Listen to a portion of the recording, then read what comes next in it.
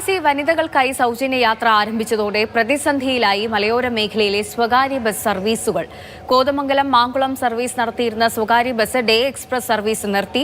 വരും ദിവസങ്ങളിൽ കൂടുതൽ സർവീസുകൾ നിർത്തേണ്ടി വരുമെന്ന് ബസ് ഉടമകൾ പറയുന്നു.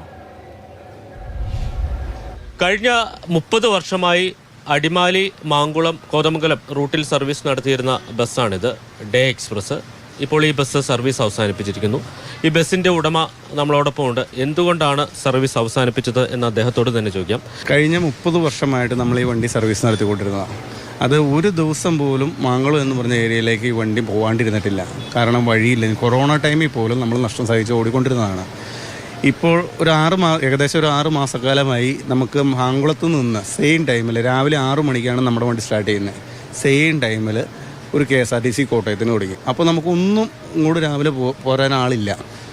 എന്നിട്ടും നമ്മൾ തിരിച്ചും അതുപോലെ തന്നെ ഈ ഊന്നുകല്ല് തൊട്ട് മാങ്കുളം വരെ ഈ കെ.എസ്.ആർ.ടി.സി തന്നെ വൈകിട്ടും തിരിച്ചും മാങ്കുളത്തിനുണ്ട്. ഇപ്പോൾ പ്രിയദർശിനി സർവീസ് തുടങ്ങിയോടുകൂടി നമുക്ക് വീണ്ടും മുന്നോട്ട് പോകാൻ പറ്റാത്ത അവസ്ഥ വന്നു. ഒരു ദിവസം 2500 രൂപ 3000 നഷ്ടത്തിൽ നമ്മൾ ഈ സർവീസുകൾ തിരിച്ചു അങ്ങോട്ട് കൊടുത്ത് ഒരു 15 ദിവസക്കാലം ഞാൻ ഓടിച്ചു വണ്ടി.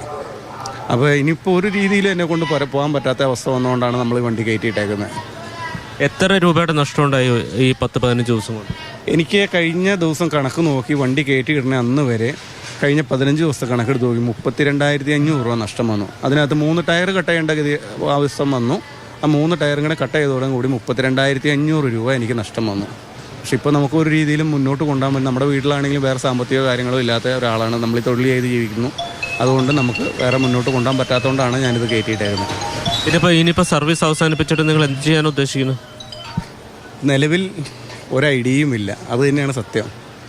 ബഹുമാനപ്പെട്ട കേരള മുഖ്യമന്ത്രി പി.ഡി. സതീശൻ അവറുകളും ട്രാൻസ്പോർട്ട് വകുപ്പ് മന്ത്രിയും എന്തെങ്കിലുമൊക്കെ സഹായങ്ങൾ നമുക്ക് വേണ്ടി ചെയ്യുമെന്നുള്ള പ്രതീക്ഷയിൽ മാത്രം നമ്മൾ കാത്തിരിക്കുകയാണ്.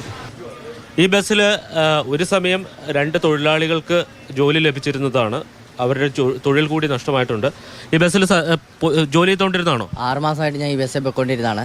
ഇപ്പോൾ 3000-4000 ഓവറിലാണ് 3-4 പ്രിയദർശിനിയാണ് 30 തന്നെ. അങ്ങനെയാണ് ഈ വണ്ടി ഓടിക്കൊണ്ടിരിക്കുന്നത്. ഇപ്പോൾ കയറ്റേണ്ട അവസ്ഥയായി തുടങ്ങി. നിങ്ങൾക്ക് ജോലി കിട്ടിയോ? അതിന് ഞങ്ങൾക്ക് ജോലി ഇല്ലാതെ നിൽക്കുവാണ്.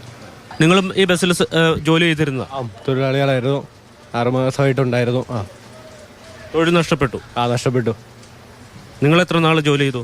ഞാനൊരു 5-8 മാസമായി. വേറെ ഏതെങ്കിലും ബസ്സിൽ ജോലി കിട്ടിയോ? ഇല്ല, നിലവിൽ പണിയൊന്നുമില്ല, ചുമ്മിരിക്കുകയാണ്.